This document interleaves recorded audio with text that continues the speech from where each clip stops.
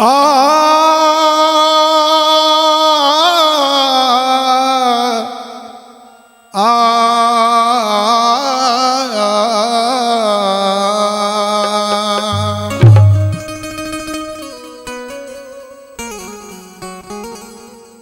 कर जा देवता सब है।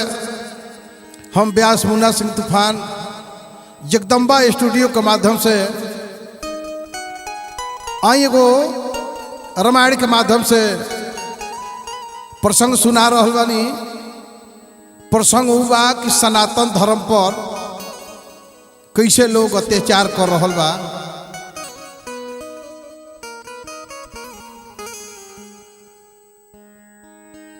सुनी ना सुनावा तानी, सुनी ना सुनावा तानी रामायण से कहानी। सुनिए श्रोता ज्ञानी, सुनिए श्रोता ज्ञानी, सुनाई ले एगो सुंदर कहानी। सुनिए श्रोता ज्ञानी,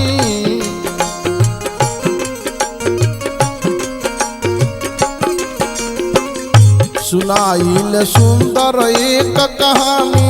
सुनिए श्रोता ज्ञानी,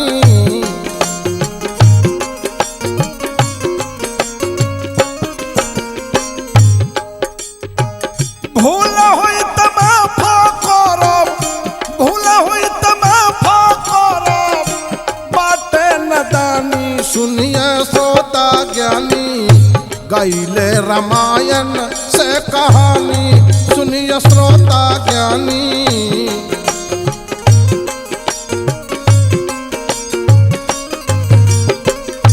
गाइले रामायण से कहानी। सुनिए श्रोता ज्ञानी,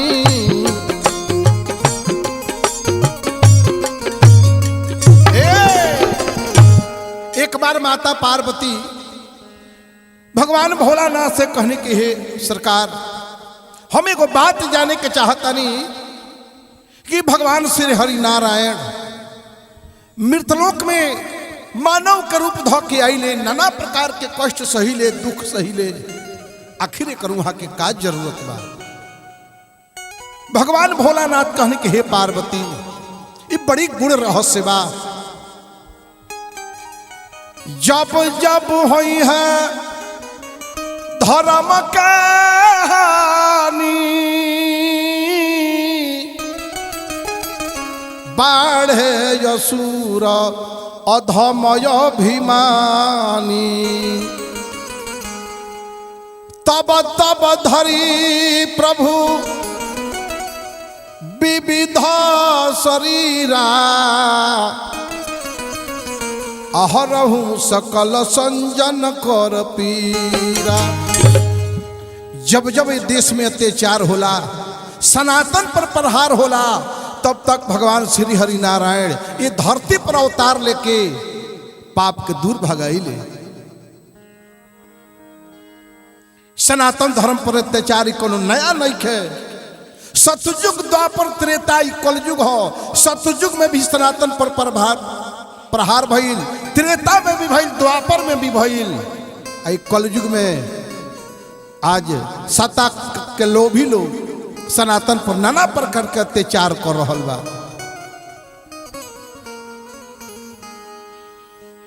नाना प्रकार के सनातन धर्म के लोग बीमारी के उपमा देता कि डेंगू हो, मलेरिया हो, HIV हो, नाना प्रकार के लोग अत्याचार कर रहल बा, कमेंट कर रहल बा।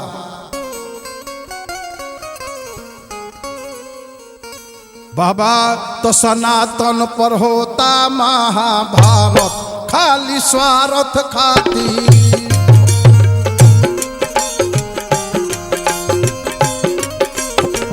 सनातन पर होता महाभारत, खाली स्वार्थ खातिर।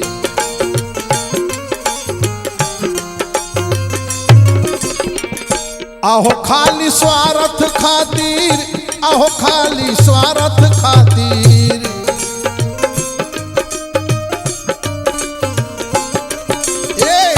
आहो खाली स्वार्थ खातिर, आहो खाली स्वार्थ खातिर।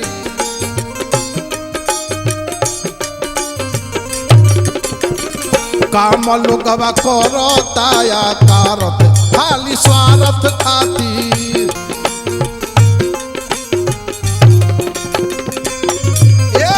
अरे काम लोगवा करता या कारत खाली स्वार्थ खातिर।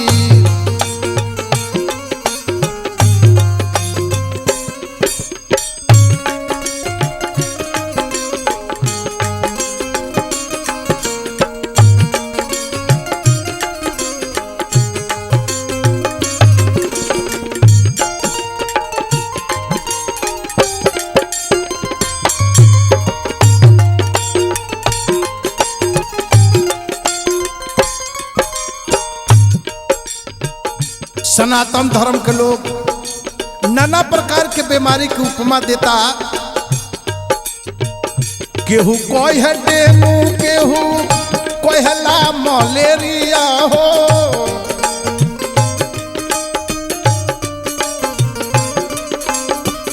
केहू कोई है HIV, केहू फलेरिया हो।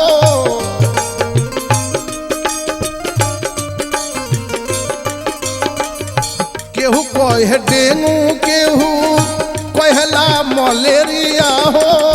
केहू कोई है HIV, केहू फलेरिया हो। केहू से केहू नहीं खे हारत खाली स्वार्थ खातिर।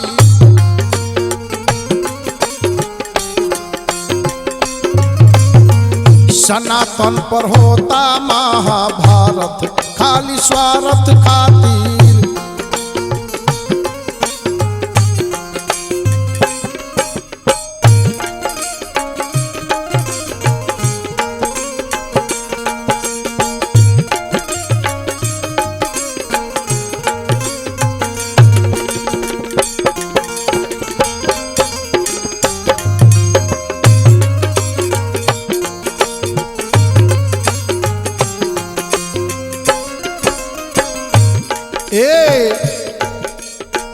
कुर्सी खातिर लागत नारा सनातन के कर बंटवारा।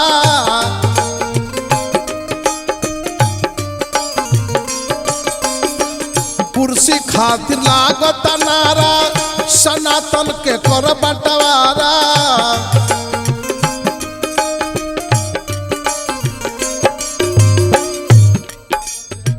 कब ले आई है भारत में पारत खाली स्वार्थ खातिर।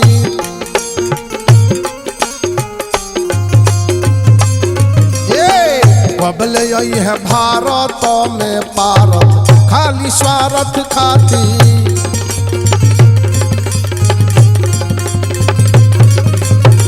सनातन पर होता महाभारत खाली स्वार्थ खातिर।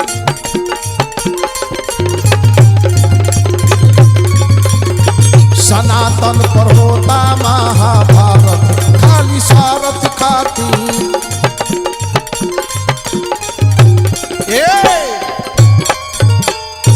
यही लेखनी त्रेता युग में धरती पर अत्याचार बढ़ गई। धरती माता से बर्दाश्त ना भई।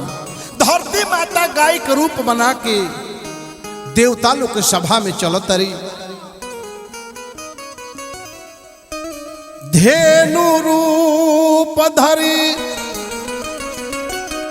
हृदय विचारी। गई तहाँ जहाँ सुर नर मुनि झारी। निज संताप सुनाय सिरोई। धरती माता अपन दुखड़ा जाके देवता लोग से सुनावत रही। गोइया के अरे रूपवा बनावली। आ धरती माता चली रे भैली। गोइया के रूपवा बनावली। आ धरती माता चली रे भैली। ये किया हो रामा, ये किया हो मोरे रामा। अरे पहुँचल बाड़ी ब्रह्मा जी के दरबार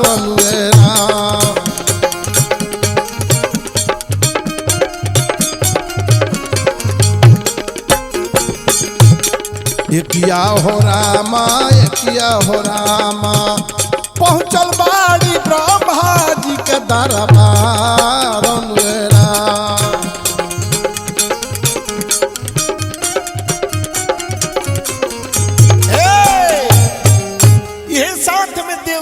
लेके ब्रह्मा जी के दरबार में धरती माता पहुंचल बाड़ी। धरती माता अपन दुख ब्रह्मा जी से सुना रहल बड़ी कि हे सरकार पृथ्वी पर इतना अत्याचार बढ़ गई बा कि हमरा से अब धरती के भार संहार में नहीं खे। अब इस सनातन धर्म पर कोनो नया प्रहार नहीं खे होत।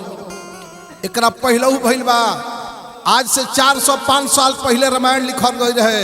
गोस्वामी तुलसीदास जी लिखले रहनी। उस समय में 400-500 साल पहले एगो चौपाई रामायण में मिलल। यही विधि हो धर्म निर्मूला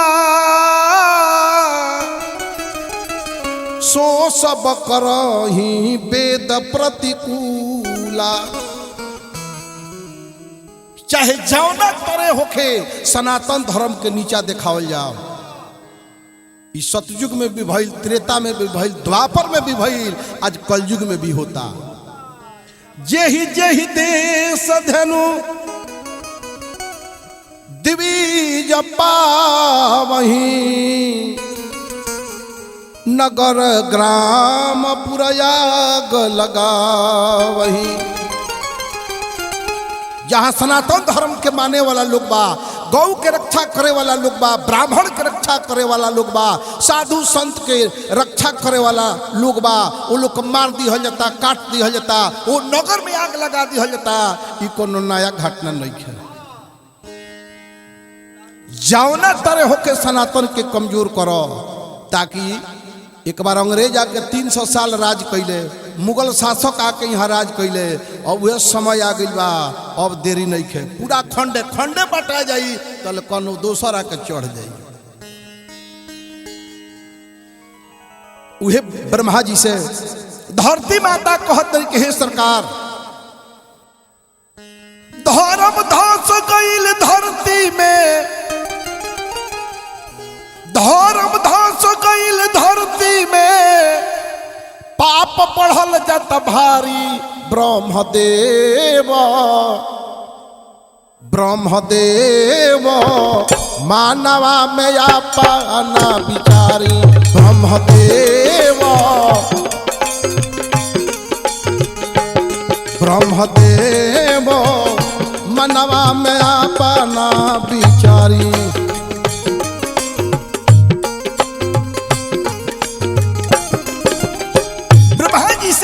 धरती माता की हे ब्रह्मदेव रौरा सृष्टि कर रचयिता है, एकर कौन उपाय करी।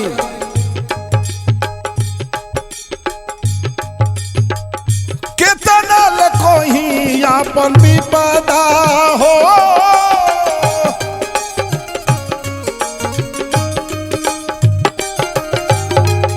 धरती पर आइल बावे बड़ी भारी आपदा हो।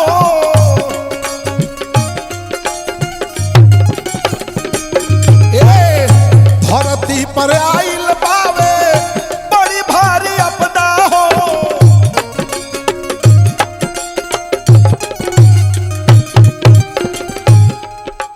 डूबल सनातन के नैया के, डूबल सनातन के नैया के जल से रौरा उबारी। ब्रह्मदेव मनवा में आपना विचारी। ब्रह्मदेव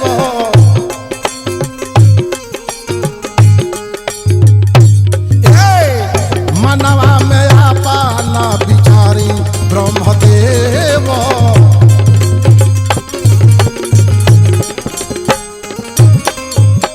ब्रह्मा जी कहनी कि हे पृथ्वी अपना मन में धीरज धरो, एकरो उपाय बा।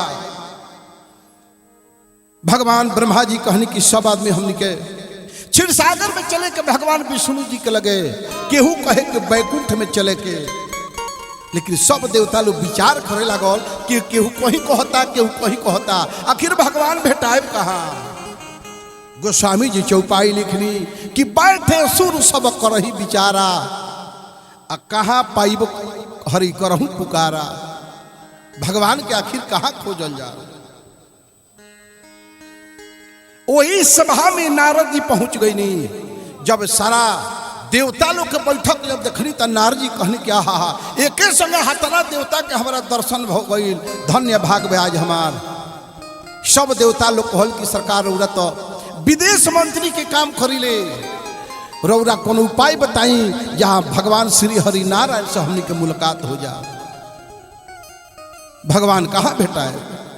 नारद जी कहनी कि हम में तुम में खड़ग खम में घट घट व्यापे राम, दुनिया की ऐसी कोई जगह नहीं है जहां भगवान श्री हरि नारायण नहीं है। यही के तुलसीदास जी लिखनी कि हरि व्यापक सर्वत्र समाना, प्रेम के प्रकट हुई है में जाना, खाली प्रेम का जरूरत बा, भगवान के कहीं खोजे जाए के बा। प्रेम से भगवान के जो है पुकारल जाई, भगवान वही हाजिर बानी। बाबा तनी बढ़ जाई।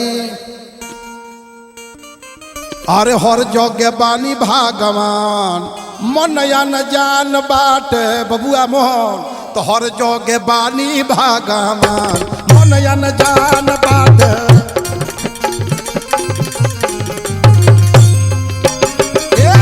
अरे हर जगह बानी भगवान, मन या न जान बाट।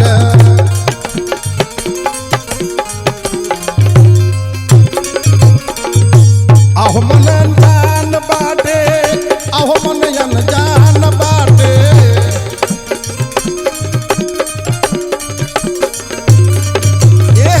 आहो मन जान बाटे, आहो मन जान बाटे।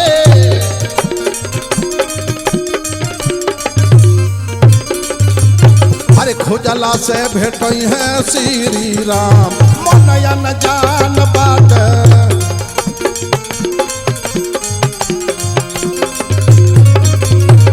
खोजला से भेटई है श्री राम, मन न जान बाट।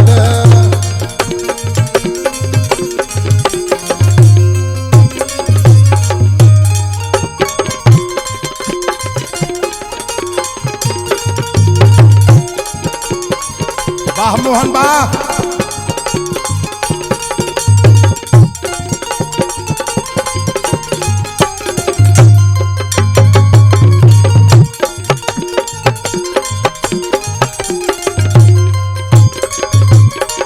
भगवान के खोजे खातिर को लोग तरीका अपनौले बा। केहू खोज तीरथ बरत, केहू तपस्या कर।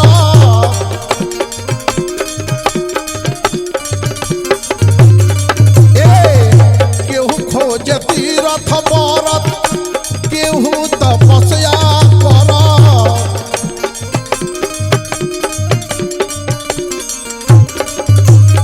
अरे के हो खोजेला को के दान, मन न जान बचा। खोजेला को के दान, मन न जान बाटे।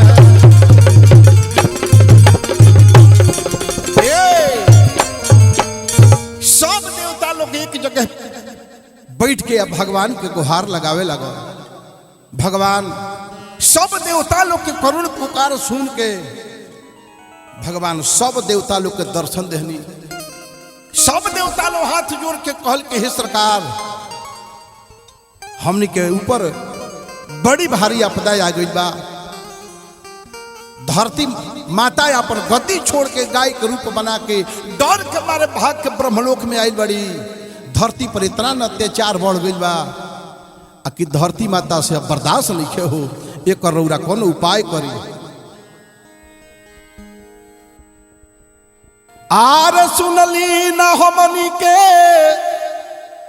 बिनैया हो सहैया हो जनाथ जी। सुनली न हमनी के बिनैया हो सहैया हो जनाथ जी।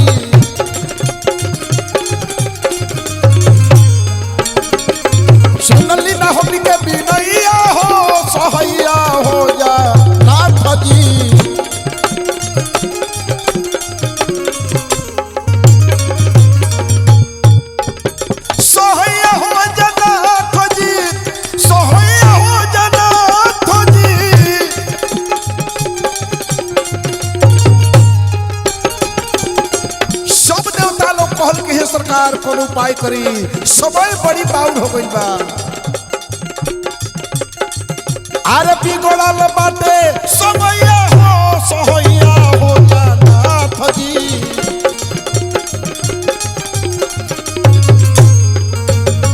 अरे बिगड़ल बाटे समैया हो सहैया हो जानाथ जी।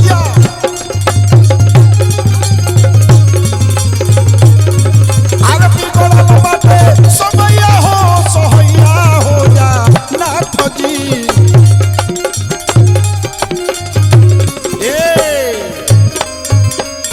सब देवता लोग के करुण पुकार सुन के भगवान श्री हरि नारायण कहनी के हे देवता लोग रौरा लोग तनको मत घबराई, हम बहुत जल्दी पृथ्वी पर अवतार लेवे वाला बानी। गोस्वामी तुलसीदास जी रामचरितमानस में लिखतनी भगवान कहनी कि कश्यप अदिति महातप किन्हा तीन को मैं पूरब बरदिन्हा ते दशरथ कौशल्या रूपा कौशलपुरी प्रगट नर भूपा। हम कश्यप अदिति के बहुत पहले वरदान दे चुकल बनी, वो वरदान के पूरा करे खातिर हमरा धरती पर अवतार लेवे के पड़ी। आ उहे लो धरती पर अयोध्या में दशरथ कौशल्या के रूप में जन्म लेता लो, और वही लोग के संगे हम राम रूप में वो लोग के बेटा बन के धरती पर आए। रौरो लोग हमारा सहायता खातिर धरती पर चल के अपना अपना अंश से अवतार ली। हमार कहानी यही जिक्र रह गई। अगला भाग में अब एक बाद सुनावल जाई। प्रेम से बोल दी शंकर भगवान की।